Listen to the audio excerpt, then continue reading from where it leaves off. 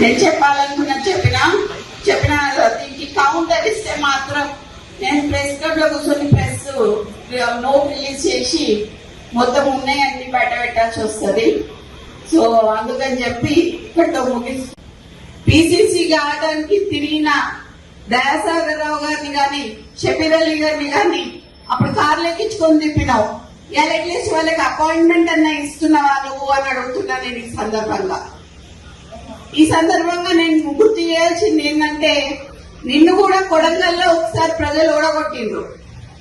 అట్లాంటిది నేను 10 ఏళ్ళు ముఖ్యమంత్రి ఉంటా అని చెప్పుకున్నావు. రాజశేఖర్ రెడ్డి గారు లాంటి వాళ్ళు కూడా చెప్పుకోలేదు అట్లా. నీకు కాంగ్రెస్ సంస్కృతి అనేది ఇంకా ఎక్కలేదు అని చెప్పి నీకు చెప్తున్నా. ఈ రోజు నేను అందరి సమక్షంలో చెప్తున్నాను, అయ్యా రేవంత్ రెడ్డి, నువ్వు గాని రేవూరు ప్రకాష్ రెడ్డి గాని వాళ్ళ తాత గాని వాళ్ళ అయ్య గాని ఎవరైనా గాని నేనే ఇక్కడ ఎమ్మెల్యేని, ఖచ్చితంగా నేనే నించుంటా, నేనే గెలుస్తా. అర్థమైందా? ఈ సందర్భంగా నేను నీకు ఇక్కడ నుంచే చెప్తున్నా, నువ్వు ఇప్పుడు రాజీనామా చేయమని చెప్పు. ఇప్పుడు ఇద్దరం నించున్నాము, ఎవరు గెలుస్తారో చూద్దాము. నువ్వు వచ్చి క్యాన్వసింగ్ చేయి, నువ్వు వచ్చి క్యాన్వసింగ్ చేయి రేవూరు ప్రకాష్ రెడ్డికి. నేను ఇండిపెండెంట్ అయినా నిల్చుంటా. ఒకవేళ కాంగ్రెస్ పార్టీ టికెట్ ఇవ్వకపోతే ఎట్లయినా కూడా నేను గెలుస్తా అని చెప్తున్నా.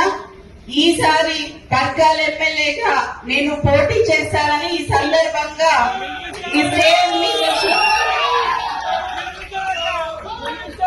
ఈ స్టేజ్ మీద నుంచి నేను మీకు అందరికీ చెప్తున్నా. ఇది గతంలో చెప్పినా, కానీ ఇవాళ నేను ఎందుకు చెప్తున్నా అంటే 2 ఏళ్లగా గెలిపేయమని చెప్పి అసందర్భంగా మాట్లాడిండు కాబట్టి, అనవసరంగా నన్ను రెచ్చగొట్టిండు కాబట్టి నేను ఇలా రావాల్సి వచ్చింది, ఇంత మాట్లాడాల్సి వచ్చింది. నీ ఇంకా బయటికి తీయాల్సిన చాలా ఉంటే నువ్వు ఇంటెలిజెన్స్ రిపోర్ట్స్ తెప్పించుకొని ఇవాళ అందరు మా లీడర్లు అందరు ఇళ్ల దగ్గర పోలీసు వాళ్ళని పెట్టావు. నువ్వు ఇంటెలిజెన్స్ రిపోర్ట్ తెప్పించుకొని ఎందుకంత భయం నీకు? నువ్వు మాట్లాడింది తప్పని నీకు కూడా తెలుసు కాబట్టి. కొండా మురళి మంచోడు కాబట్టి ఇప్పటి వరకు బయట మాట్లాడలేదు. కొండా సురేఖ మంచిది కాబట్టి మాట్లాడలేదు. చిత్తగట్ల కాదు,